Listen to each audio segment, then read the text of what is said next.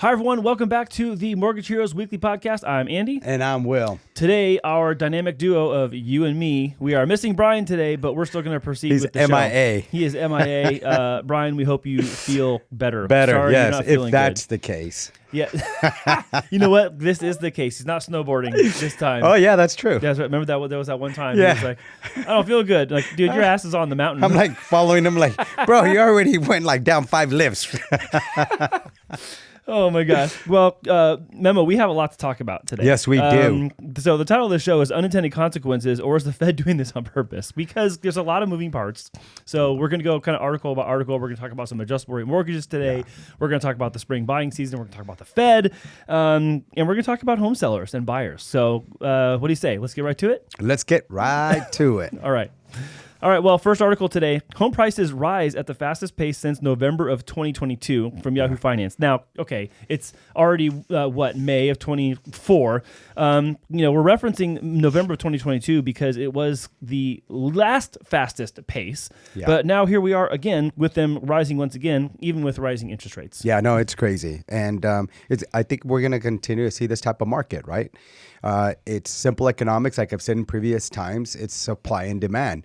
We just don't have enough inventory that, for the demand of homeowners. Even with this affordability issue that we're currently facing, we still seeing these trends. And some of the key drivers, again, it was a low inventory of this. And as we continue to see this, Andy, with the demand for housing is just going to continue. It's just going to, it's just the fuel. Yeah. So I wanted to tell you something that it kind of just happened to me. I had a conversation with someone who's a franchise owner of a business, and I was having this private conversation, and I said, someone I've known for a very long time. Yeah. And I said, without being rude, I feel like you might have overpaid for this franchise. And this was his answer. It was my only way to get in. Wow. And now this is a business. It wasn't a home. It was a company. And he's like, it was my only way to get in, was to buy the franchise from the current franchise owner. And that was going to be the price I had to pay. Wow. And it made me think of this because, so in the article, we're talking about the S&P CoreLogic Case-Shiller Home Price Index. We get this from CoreLogic. And it says prices nationwide rose 6.4% over the same month year over year. Now, that is a really healthy appreciation in a normal market. That's even crazier appreciation after the rampant appreciation we saw in 2020, 21, and into 2022. Yeah. And so to my friend's point of like, hey, my option was I either buy this with a higher sticker tag than maybe it's worth right now and just have to hold it longer, or I don't get in at all. And I'm feeling like that is the sentiment that's happening among home buyers too. It feels a lot like you're mentioning affordability and inventory. It feels like it's math versus like desires. Yeah. Like the math says I can, my desire is I want to, so I'm going to. Yeah. And even though I have to overpay right now, short term or whatever, long term at some point, that's going to come back and it's going to work in my favor. No, it's so true. It almost becomes like the new norm. Well, right. And I know and I know for some people, and I've been reading the comments, it's discouraging. I mean, this used to be a place, the United States, used to be a place where we could, have two incomes in the house and both people working full 40-hour weeks. And that was good enough. Yeah. That just doesn't cut in it right now. No. And you know what? I don't blame them, Andy. I don't blame them. I feel what you just said right now, it makes perfect sense. You're buying something where if I don't get in it now, then what else am I going to get into? Yeah. I mean, we're facing these situations right now. Again, we're in the trenches. We're actually originating loans. We get to talk to the listing agents, buyer's agents. So we're really having these true conversations with them as to what is happening in the market. How should I present these offers? How do I stand out more so than the average person? But at this point in time, that doesn't even seem to be the case anymore. It's like, no, bring me the highest and best, and then we'll take that. And then make sure that your contingency timelines, once you enter into that escrow, are so shortened to help the sellers feel that reassurance, hey, your buyer is going to close. And this is kind of like a catch-22 for a buyer and a seller, right? For the seller being that, well, rates are so high, I got to make this move somewhere else. I got to shorten these contingencies. I got to get what's going to be best for me in my current situation. And for the buyer, that's like, wait a minute, you want me to close in 10, 15 days? We're like, is there enough inspections that I can do during that time to allow me to go in there with the confidence of being able to, sustain this property. And they don't have the choice. Just like you said, hey, there's just no choice. I got to get in there. But you bringing up confidence actually is a big, huge component of this. It's a big deal because what you're talking about is if people that are mathematically qualified to get in the market and they are desiring to be an owner, even if they're overpaying, it breeds competitiveness. Yes. And that competitiveness is going to come either with, I'll say, confidence or maybe even sometimes some arrogance on behalf of the buyer or even the seller. And I'm noticing it become a much more obvious behavioral shift than it is just, I'm going to buy a house. Like there's some very core, like fundamental beliefs. Even, last week's show, we talked about how millennials are like grouping up together to buy homes with friends. That's emerging, and there's more people doing that. That's a new approach. That's a new behavior. That's a new style. That's a new attitude about it. And again, even in that situation, they, in most cases, probably had to bid someone else out. That competitiveness had to show up in order to get your offer accepted. Yeah, and now once you have 2-3 partners in a transaction, it just seems like you could sustain a little more if things go sideways, right? Because now you share that risk with 2-3 other people. Yeah, there's less to make up. I mean, if I'm the primary, let's say, borrower and I have 2 roommates, well, if one of my roommates bails, cool, I only got one person to replace, not like me replacing myself by myself only and me carrying all the 100% of the load. Yeah. You know what I like about this headline here, the home prices rise at the fastest pace since November 2022. Remember, in that year of 2022, we had one of the shortages, like very low inventory. Yeah. At that time, I want to say it was like 256,000 homes available. Yeah, around that. Nationwide. So seeing that now we've been gaining more traction, we've been gaining more inventory, to see these staggering numbers still increasing, it's still pretty wild. Well, and that's the thing that's kind of defying the statistics, and also I think confounding the Fed. Even though the Fed's not directly involved in housing, I think it's confounding the economists, the analysts, and everybody. Is like, well, I mean, people are clearly qualifying because the mortgage industry as a whole is still lending money where it's lending money. You haven't seen a massive spike of cash buyers. Right? You see corporate buyers, right? But you don't always see cash buyers. It's not like there's a 90% cash buyers all of a sudden. No. They're actually taking 28 to 30% are the cash buyers, the investors. So and even then, that's up from like maybe 22 to 25%. Yeah. So like that range, it's not like it's become some astronomically statistically significant number. Yeah. It didn't go from 25 to 60 or 90%. But we have this appreciation. So again, it's like if you're in the game and you own a home, the appreciation is welcomed, and you're like really happy. Congratulate yourself. Yeah. And I mean, one of the things I want to tell everybody is just right now with the whole financing situation, how to finance a home. Andy, can we say that in the next 5-10 years, financing is going to be easier or more complicated? It'll be more complicated. Right? Yes, absolutely. That's how it feels. And so it's just crazy to think that. Go in the rearview mirror. And 5 years ago, was it more or less complicated? Yeah. It was easier. So was it easier 5 years ago? Yeah. Was it easier 10 years ago? Yeah. It's just gotten more complicated, more difficult, more paperwork, all that. And again, and even in doing that, you still have all these other variables that are reacting to the market and causing this elevated prices, elevated interest rates. We didn't even tap into why also we've seen this increases, because we also saw a brief dip in interest rates. Yeah. And it was brief. It was like almost really brief, right? Because October was one of the highest, the rates that we've seen. Yeah. And then we started seeing kind of that easing. And then here we are again. Yeah. Like we're predicted where the Fed met, and they're saying, some people are saying they may increase the rates again. I sincerely doubt that. Yeah, we're gonna get to that because there's a problem that's brewing that they're gonna have to address. Yeah, and in the meantime, you have these places that are people in the market that are gonna benefit from the appreciation, and people that are basically outside the market chasing it.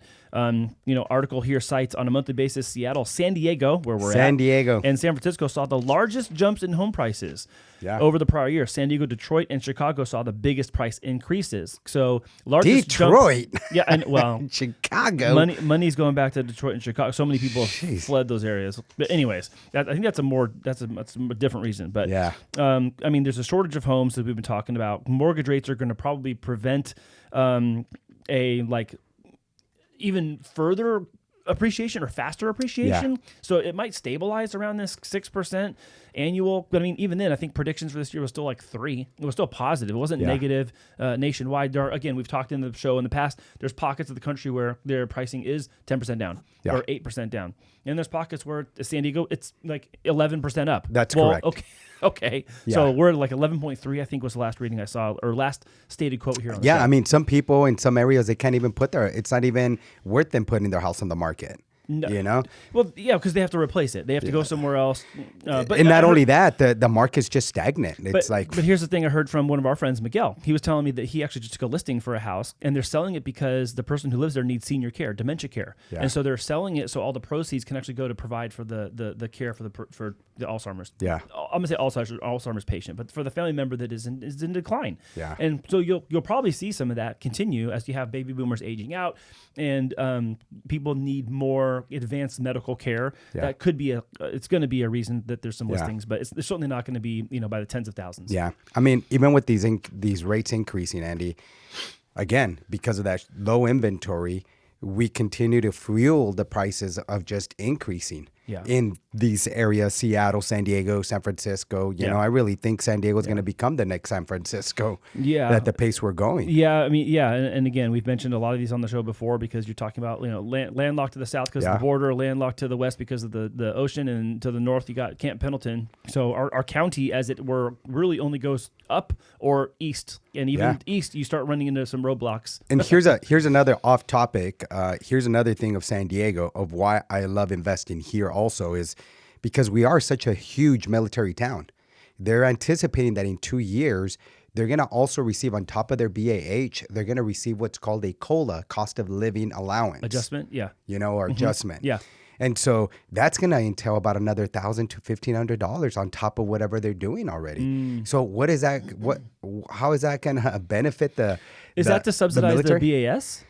No subsidy. It's in addition to. Well, not in addition. I mean, is that to make up for the BAS not being corrected on the cost of living? Possibly, because the housing allowance is already cost adjusted every year by the VA. Yeah. So now it's going to be on COLA on top of that. Wow. Okay. Which is that is going to make it now where the actual veteran or the active service member or woman will be able to purchase a home, like really qualify. Yeah. Well, I mean, that's already who we're getting in now is active duty military. It is, but it's because we're getting dual income. That's what I'm saying. If it's a single income, you're talking about an E5, E6. You're talking about they're affording $450 to $550, and what do you find here in San Diego right now? Right. No, you got to have that dual income. And that's why I think they're probably bringing in that COLA in. So now they take somewhere they're able to get into that $700-800, medium price range here, which basically just secures demand. That's it. Yeah, exactly. Wow. So, okay. Yeah, crazy conversations here. Well, and we're going to continue to have those. Let's more crazy coming. Yes, crazy coming. Let's continue on here. We're going to go next to CNBC. This is demand for riskier adjustable rate mortgages hits highest level of the year due to rising rates. Now, we've been in this business for going on 19 years. We started in 2005.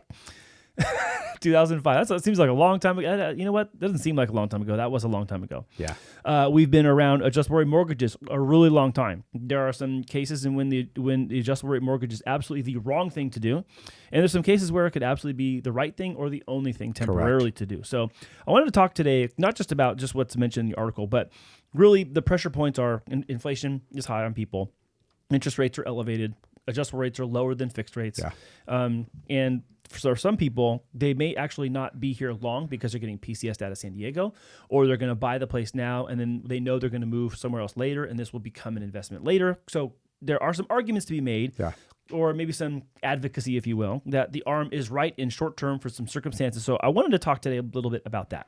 Yeah, no, it's totally true. We're going back to kind of the old days, but we still have that bad taste in our mouths from what happened in 2008, right? With the adjustable rate mortgages. People, hey, am I getting an adjustable rate mortgage or it's a fix? Interest only. Yeah, the great thing now is people are becoming more aware and understanding that the new norm is, one, higher interest rates. Second, higher home purchase prices. And now we're starting to see an uptick on this. We saw a 7.8 of mortgage demand last week with just ARMs. Yeah. So I think as we move forward, we're going to see a more uptick for people to want this type of product, right? They're okay with a 3-year or a 5-year, 7 or 10-year ARM. depending on what their situation's going to be with the home. So I'm starting to see a lot more of that. And I'm also seeing a lot more of the non-QM, which doesn't conform to the regular traditional type of financing rules and regulations like your Fannie, your Freddie, VA, and FHA. So I know that some people might not be familiar with that term. Maybe it's publicized a lot, but that's mostly an insider term. So can we talk for a minute about what non-QM is and an example or two of what a non-QM qualification would look like? Yeah, it's a non-qualifying mortgage is essentially what it is. It doesn't qualify to the normal guidelines that Fannie or Freddie Mac or FHA VA would have. They have certain rules like you can do 12-month bank statements for a person who's self-employed, and they have all these deposits, but they have all these expenses at the end of the year, like their car, their meals, their travel time with their family and all that. Since most people are, business owners with their wives, they can make these such write-offs. Yeah. So at the end of the year, if let's just say, I'm just going to keep it simple, if they make $100,000 and they're writing off, say, 60,000 of that because it was expenses, they'll only pay taxes on that difference, which is the 40,000, right? But if you look at their bank statements, they could be deposited. Their company bank statements will be depositing $15,000, $20,000 monthly checks. Right. So what's cool with this non-QM, you're able to use some of those deposits to help them qualify. Yeah. So it's a way for people to basically generate on paper income that a bank would look at to underwrite to discern whether or not you can afford the loan you're trying to ask for the purchase or refinance or whatever. So non-QM mortgages are the non-conforming loans that are not backed by Fannie, Freddie, Ginnie Mae, FHA. And that's just one product. There's several, right? There's several. And so I just think that we're starting to see more of that creative financing, if you will. And that's just because people do want to get into the home. They see the advantages of it. And I bring it up for this reason because, there's we have a lot of people, our spectrum of people who are watching the show has broadened over the last couple months, especially in 2024. And first of all, I think it's important that people need to understand when we cannot qualify somebody, we cannot sell them to. I could be the best salesperson in the world, and if they don't qualify, it doesn't matter if I can sell them into the idea of a mortgage or not. Number one. Number two, there are so many different scenarios that come to our office where someone has reasons other than I just want to hold keys to my own house for why they're buying a home in San Diego at this price, at this rate, for this duration. And I know one of the examples right now is multi-stack tier generational families. I'm taking care of my parents over here. I got myself and my family, and then my kids who are growing up in high school, going into college and aging out. But I'm still going to end up taking care of my parents. So there's like extra money or more money coming into the household. So not everyone's situation is the same. And also, I think it's important to note that there's a comprehensive planning approach to doing what we do here with Mortgage Heroes. It's one thing to qualify online, fill out your information, get qualified for a loan, or get a quote from bankrate.com or something like that. That's not this at all. This is very strategic. It's tactical. We're not in our 19th year of doing our first year over again. This is our 19th year of accumulated experience, accumulated strategy, and actually deploying things that help people get what they need now, given what they are vision casting for themselves later. And then we also help them with the later as well. We have so many people who have bought second homes, third homes, investment properties, sold properties, kept them, turned them into rentals. You have people that are refinancing to do cash out and pay off debt, getting HELOCs to build an ADU, creating other income. So beyond watching the show and hearing some sound bites from us, there's a lot of tactical planning. And Andy, just to not rebuttal it, but just to add to that is, one thing you can't buy is knowledge, right? We've been doing this, you just said, close to 19 years. So these are experiences that we use with thousands of people that we've assisted in the past. And we've only gotten better and better and better because we continue to wanting to learn new things so that we can apply them to our clients, not only for our clients, but for ourselves, and teach that down for our families. Because like you said earlier, these are things that we're doing. We're taking care of family here or there. That's part of our cultural baggage. And, these things that we're very passionate. We're always, hey, how do I help my mom? I built an ADU for my mother-in-law, right? I knew what was going to happen, and I'd rather have them close near me, and it helps us. It does. When she goes shopping to Costco, she never asks us for anything. She just buys those things and brings it in, right? So they help in one way or another, and it really does. It helps. build $100,000 ADU, get groceries for life. Yeah, exactly. There you go.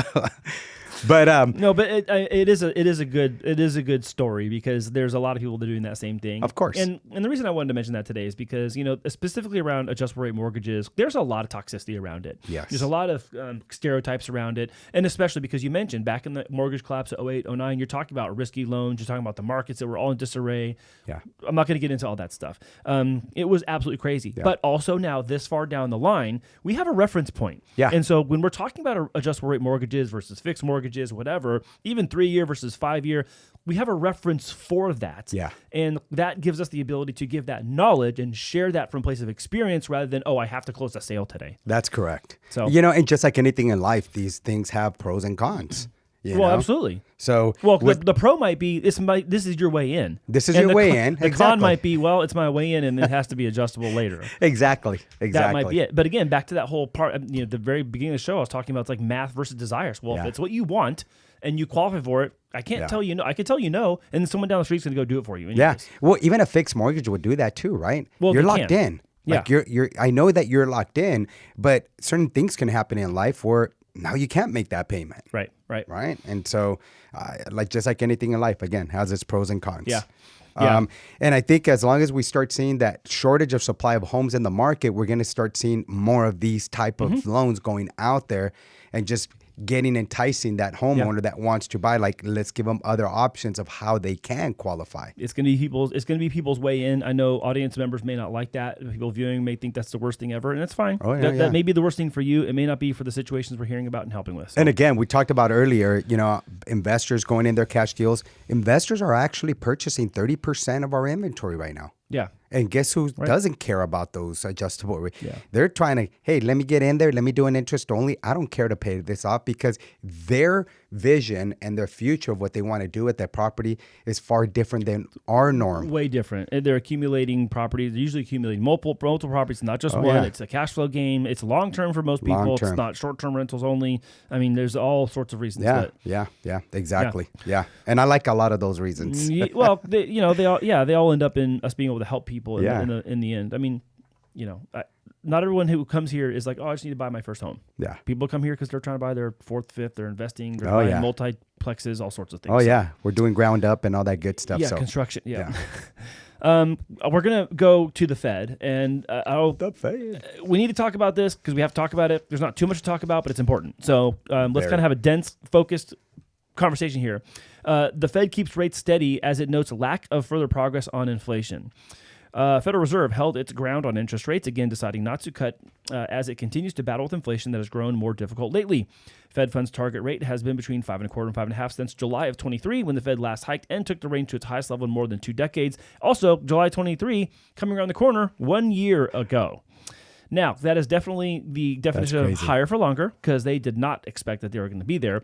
And now here's the thing, and I'm going to read this quote, and then I'm going to make my point. Ready?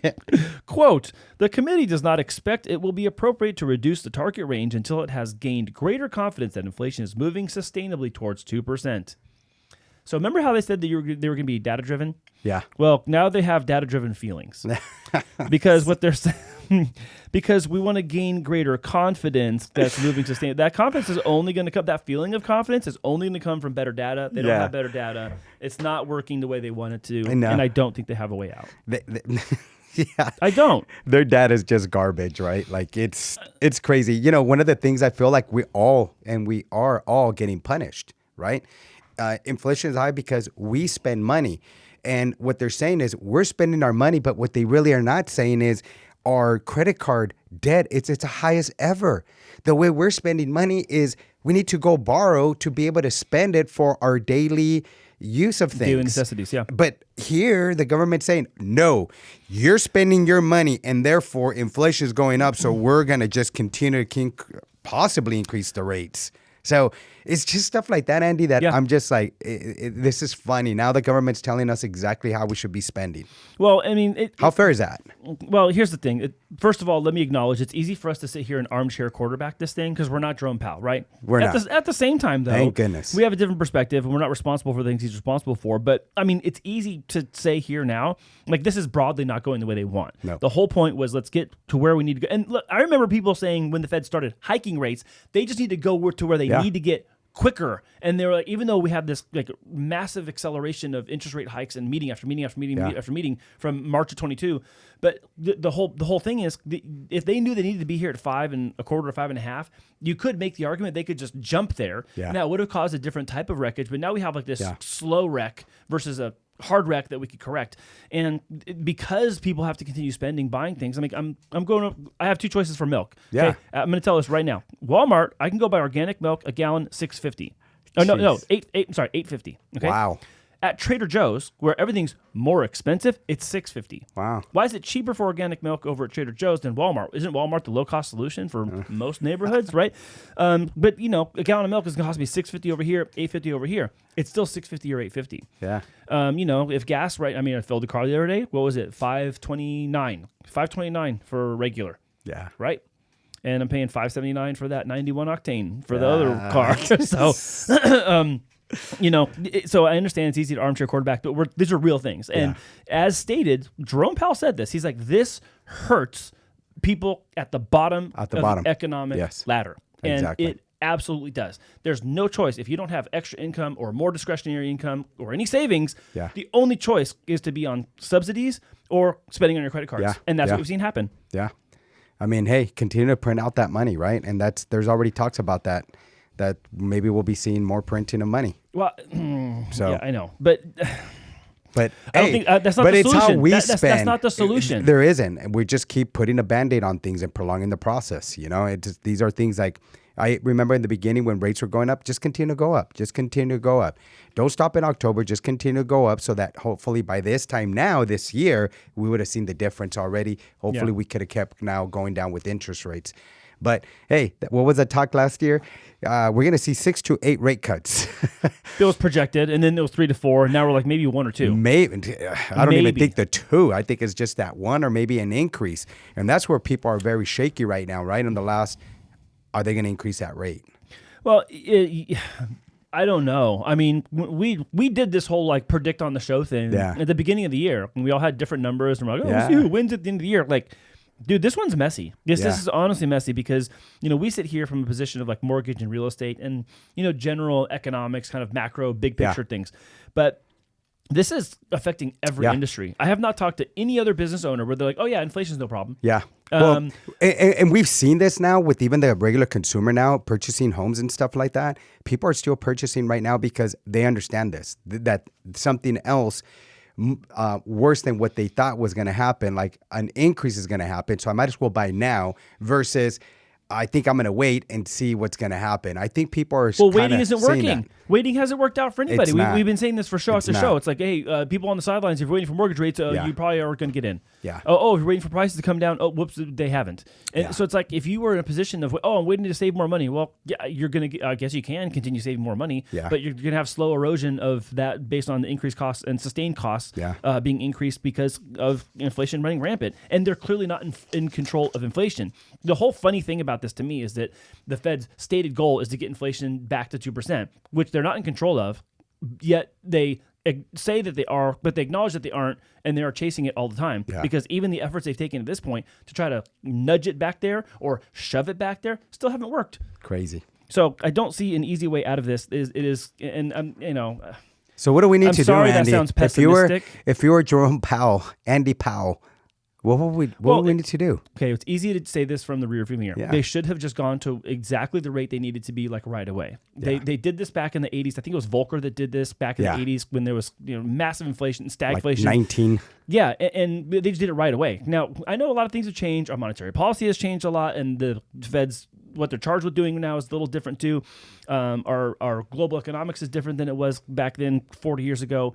But I think getting to where they thought they needed to be would have been a better move, like right away or in bigger chunks, rather than like, oh, little step, little step, little step, little step, big step, little step, little step, little step. Because now it's prolonged this whole thing, and now we're not even talking about soft landing. We're not talking about transitory anymore. When's the last time they used those words? They haven't, because they can't. Yeah, they can't. So I'm not sitting here with a solution. I'm sitting here with frustration, and I don't mean to be pessimistic about it either. But like, look, I'm a representation of people that are out there buying the stuff at the store, filling my car for $101 the other day, with 87 gas. Yeah, like, and you know, the answer isn't, oh, everybody get electric. That's not the answer either. Yeah. That's not the answer, because SDG&E, maybe some of you know this. Yeah. Here in San Diego, per capita, San Diego has per capita the highest electrical rates in the country. Yeah. And not a lot of people know that. They're one of the most profitable. Now, here's another thing I wanted to say too, is you're starting to see these cracks show up. We got California, we got fast food workers going to $20 an hour. That's one thing. Prices are going to go up. They went up the same day that it happened, number one. I talked to someone the other day. I'm not going to mention who it was. I'm not going to mention the business they talked about either. It was a local furniture store, and it's called Furniture Store. Yeah. That's the name. Yeah. Furniture for less. Okay? It's a very well-known furniture place. They're down 70% in sales this year. Wow. Yeah. 70%.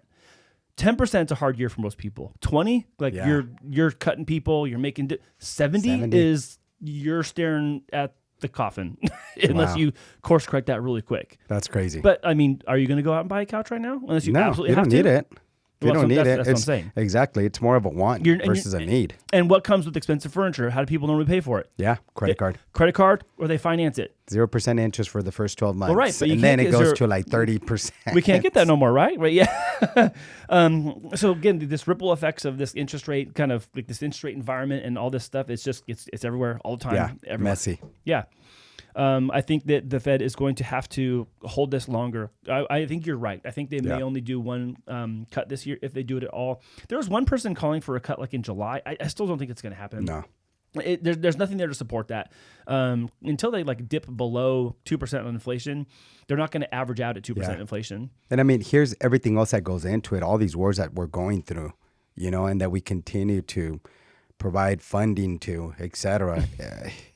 It's just gonna. You're gonna start fights in the comments. It's just gonna prolong everything, right? It's just gonna. What I'm saying is, you know, I'm not going with disagreement or agreement. I'm just saying this is just something that's just gonna keep stretching this situation longer. I guess the question I find myself asking off camera and to myself is, if this is not their intention, then what would they be doing different? Yeah. Like if this is what you're attempting to do to our economy, then keep going.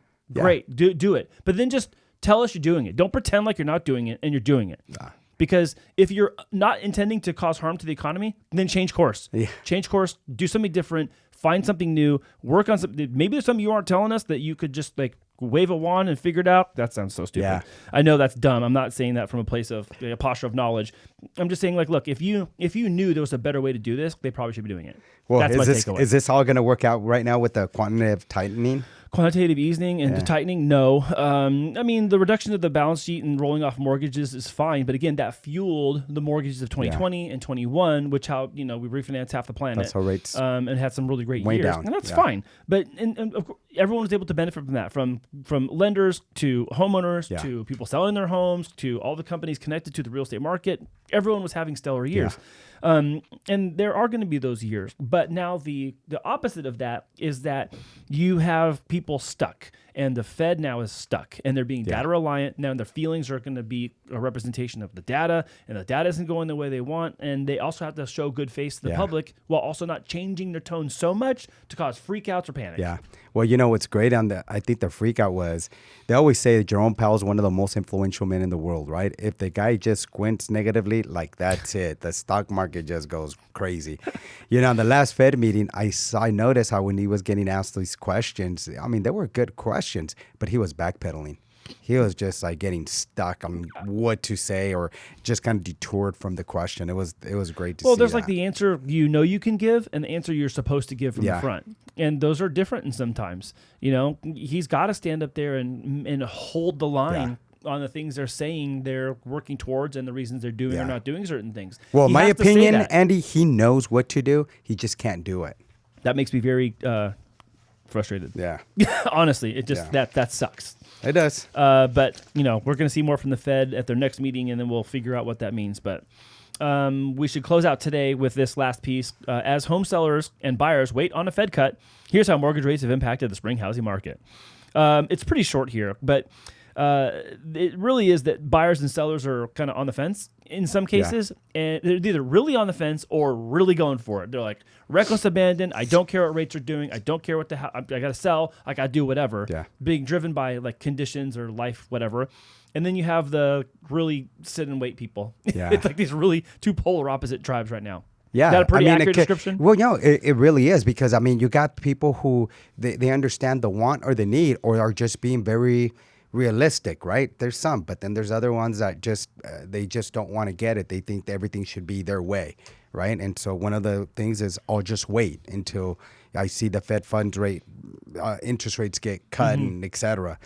But I think the people who are getting into it, me being that I buy properties even in this market right now, investment wise, I think they're doing the right thing. Yeah, they're doing the right thing. We're a very dense city here in San Diego, and I love where we're at. I love everything about it, and we continue going that we're strict on what we're able and capable of building. So buy something. Put your stamp of approval here in the ground. One of the things that was mentioned in the article is that one of the biggest caveats this spring is really the volatility. Yeah. Volatility of rates. You could be 6.5 2 weeks ago and 7.5 next week, and that's a big swing. A 1% swing in any 30-day, 60-day period is pretty substantial for most people looking to buy a home and who need a loan. So that comment actually comes from the senior economist at Zillow. Yeah. But my point here was that it's actually for both sides. That's volatile for the sellers as well and for the buyers. The rates going up, less buyers. For the buyers, it might give you a greater chance because less competition. On the seller side, you may have less choices. Yeah. I don't think pricing is going to be an issue here in San Diego because of that, but it really is the volatility on both sides of the deal. It's not just for one, not the other. Because again, in most cases, that seller is selling that house and they're immediately the buyer the next day out looking for the next home and trying to get qualified and all that kind of thing. And again, all this information depends on where you're at, what part of the country you're at, right? Like it's here in California, I always say get in. And it's not just because it's my business, because I see what it's done since I've purchased properties. You're doing it. It's different if you're sitting up here trying to sell everybody a loan. No, correct. You're saying I already own. I own this one and I own that one and I'm buying that one and I'm building that one. And correct. You're doing all those things. That's way different. The congruency is not missing versus someone else just talking about doing it in theory and isn't doing it. And again, and there's always the risk, right? There's a lot of risk factors in everything. Not just because I buy it, that, hey, there's no risk tolerance. There always is. But you have to really identify how are you going to minimize that risk? What's your exit strategy when you go into it? How are you going to be able to make the payments? And then if you bought this and it's vacant for a month, 2 months, where are you at? You have to have this war chest of savings for that. These are things that we do on a day in, day out basis. When not just myself, but when I speak with other investors of what they're doing, and that's who I'm learning from as well. So. Do you agree? Is the volatility an issue? Yes. Is that a bigger issue than inventory and prices even? Because inventory is paltry and inventory is coming back, but not like robustly, and prices are what they are. So is the volatility of the rate kind of the biggest issue of those three? I would say so. It will be for a home buyer. It will be, because if they can't afford it, it just keeps them it just puts them out of that range, right? So 0.25%, 1/8% increase, that may be a $20,000, $30,000 less that they can qualify for. Yeah, right. And depending on what market you're in, the volatility in that rate is very, very, can it's affect impactful. them. Well, and sometimes that's the difference of being able to compete with the next buyer or not. Correct. And that $20,000 or $30,000 in a market where maybe houses are $500,000. That makes a difference. And that's correct. Like we have a client right now in Bonita, right? The house is in Bonita, $995,000 to $1,025,000. Okay. My client put an offer in for $1,225,000. So $200,000 higher than what's being asked for. Than the list price. The agent already came out. We already have some north of 2.2.5. Wait. Right? Wait. What? Yes. It's ease the numbers. It's about $1 million listing. Yes. Your client went in at 1.25. Correct. You're saying they got an offer for $2 million? No, 1.2. Oh, got it. Okay. 1.2 and a half. They're Got it. higher than the 1.2 and a half. Oh, got it. So Okay, my okay. client is right now teetering where in order to go in there, I have to beat that 2.25. So I got to go in there at least almost like at 3. Well, his income right now, and with the rates when I qualified him, have changed by 0.5% because now we're in the Jeez. jumbo. Yeah. That's about a $50,000-$70,000 difference. Oh my That's now God. needed more of a down payment. That's He is still in his crazy. condo in downtown, but these are the kind of things that we do deal with in the volatility of the rate. You know, so if we Dang. see that rate go down, that's perfect. It helps us out. It gets Yeah. us in there. Now we could compete. But in this Do a little case, breathing room. it just kind of puts them like, yo, do you really want a $9,000 monthly payment? Oh my God. 9,000 Right? bucks. Yeah. Yeah. Oh, that just sounds painful. No, it is painful. Yeah.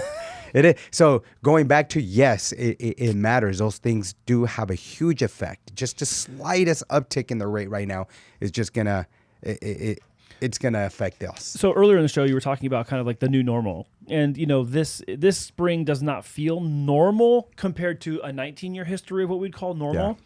Do you think that this spring is normal in the last 2 to 3 years? No, not Do you at think all. this? Okay, so do you think that this spring now is what might be normal for the next 2 to 3 years? I believe that. Possible. Okay. Yeah, I believe that because I don't see inventory going into the millions where originally we're at. Yeah. You know, in any given month. I don't see that happening anytime soon. Yeah. You know, especially if rates start going down, Andy, it's just Yeah. going to be an influx of buyers going in because now they're able to qualify, Yeah. right? Now they're able to go in. There's going to be more competition once again. Yes. You know, and now we're going to have all the people from San Francisco coming to San Diego because Right. we're cheap to them, right? Right. You know? Right. Yeah. So it's things like that. So I think it's like a catch-22. Yeah. Well, I do too. I was curious to get your opinion on it just because, you know, we throw around this term new normal and new Yeah. normal, but then things change. Like, oh, this changed, that changed. Is that normal? Is this the new normal? Was what next going to be normal? And I think that we are staring down whatever this looks like now in, I'll say March, April, May, June. I'm going to gather all those months and say whatever this does now is probably what we're looking like in 2025, 26 Yeah, I even. think the government's even shocked with everything that's going on because normally when we see higher interest rates, that's when we see more inventory come up. But it's not happening. And it's gradually, yes. Well, we're it's- still better not spiking. than last year this time around. It was like at 32%. Yeah. More homes available, Yeah. which is good. But then we have 22 to compare, right? Yeah, it's- Because 22 was just a horrible time of homes on the market. It was one of the lowest we've seen. Yeah, And so I just feel like, yeah, if we Like continue to it see. looks good on paper, but it's not really representative of what's still needed. Exactly. Yeah. So if we still see that, obviously you're going to see an increase in home prices because of the shortage. We need to get more homes so we can kind of start seeing that balance of home prices going down, Yeah. if you will. Yeah. I think that sellers are really in the driver's seat. Yeah. I think it's obvious. Buyers are going to have to work their butt off to get qualified. They're going to have to work their butt off to outcompete the next buyer or bidder, if you will, on places that are being multiple bidded up. And I think that what we're seeing right now in this spring of 24 is likely to be what it's going to look like for the next, I'll say 12 to 18 months for sure. Yeah, exactly. In my opinion, you know, we'll go back again. We'll look back and see if this is right or wrong. But I just think that where we're at now is kind of where we're going to stay. I don't see on the horizon a mass like tsunami of inventory showing up. I don't see massive rate price or rate cuts happening. I don't see prices plummeting off the cliff. None of those are impending. Any of those variables I just mentioned don't have like an impending doom asterisk to it that would completely change the course. No, you know, I think our community's getting better. They're asking better questions than before. Before it was like, get me in, just boom. Now I think the community, they're doing a better job by paying more attention to what's going on to their finances, to what's going on in the media. It's like a prerequisite though now. It really is. It's not It like really is. You can't afford to be like disconnected to your finances and then, I'm just qualified. No. You're making pretty good money right now if you're qualifying. Number one. Number two, that brings a different type of behavior when it comes to that person typically. And then number three, your savviness is definitely dialed up a lot. That's a great point. That's a great point. I like it. They're understanding the uncertainty of the market conditions now. Like they're asking the right questions. Like they're even asking us like, what would you do? And then we have to pencil it out for them. Will this work for you? And if it works for them, that's when like, okay, I understand. Now I know where my max is. Yeah. Now I know where the ceiling's at, right? That's a good point. Yeah. So I like that Great people point. are really paying attention to these their situations, and not just kind of going and just, hey, making a decision just based off the let's go. Yeah. No, that's a Impulsive. fantastic point, Memo. You know? Thank you for saying that. I mean, and I think that is probably going overlooked a lot. So I'm glad you mentioned that. No, it was a lot easier just because, hey, before I think it was like, well, my cousin bought a house. She did it. Sure. Why, you know? And so it's crazy how everything just kind of changes as the years progress, right? But we have all this information. We have the TikTokers. We have all these social media platforms that just give you that more power of knowledge of asking the right questions. Like, hey, my cousin ain't that smart, and he bought a house, so I think I could buy one. Exactly. That takes a lot. Cause, oh, God. It's been fun being related to you for all this time. My dumb cousin bought a house. I can do it too. Sorry. Well, let's close out. What was your favorite part of the show today? You know, my favorite part of the show was the arms are increasing. Not that I'm a big fan of arms, right? I mean, yeah. But it's just making us aware that people are understanding the power, the pros and cons. If I get in there and I could outlast the rates, and when the rates start going down, I could just put myself in a better position to allow me to get in, I'm going to do that. So I like hearing that more people are understanding that they have those options. Yeah, that's really good. I actually like your final point today of the show when you're talking about I said savviness to summarize it, but when you're talking about how in tune people are with their finances when it comes to buying homes these days or investing into real estate, it really does require more. This is, again, with 19 years of experience, this is way different than in the beginning. You could fog a mirror, you can sign a piece of paper, you get a home. And even like 10 years ago when the market corrected and changed itself and underwriting got a little more scrutinous, it still was relatively easy to get qualified for a home and buy. It's just so different now. And the caliber of person financially that you have to see with assets and their credit in store and their income looking good. And it's just a whole different deal when it comes to buying a house. It really is. It really is. It's just crazy. Even the loan amounts now becoming the norm. I remember our average was like $350, right? For a long time. For a long time. And then $450 was there also. It held strong now it's like $8 to $1.3 million. Like, it's crazy. Yeah, that's the new norm. Like, how? For a number of years, our average loan closing was like $357. Yeah. And then it became into the 400 and we started getting the 450s like you're talking about. And then it just skyrocketed in the last couple of years. Yeah. It just jumped. Yeah. So it's just crazy. Yeah. But I think we're going to see more of that. Great job. Thank you for coming to the show today. Ready? Thank you all for watching the Mortgage Heroes weekly podcast. Remember to like the video, subscribe to the channel. Also check out our Friends of Mortgage Heroes playlist where Will, myself, and Brian interview our friends in and around real estate, talk about a variety of topics of success, failure that leads to success, and a lot of interesting and sometimes very entertaining stories along the way. So thank you for watching. Thanks for doing such a kick-ass job today. And we'll see y'all back at you next week. And thank you all for listening. We appreciate you so much. Later. Bye.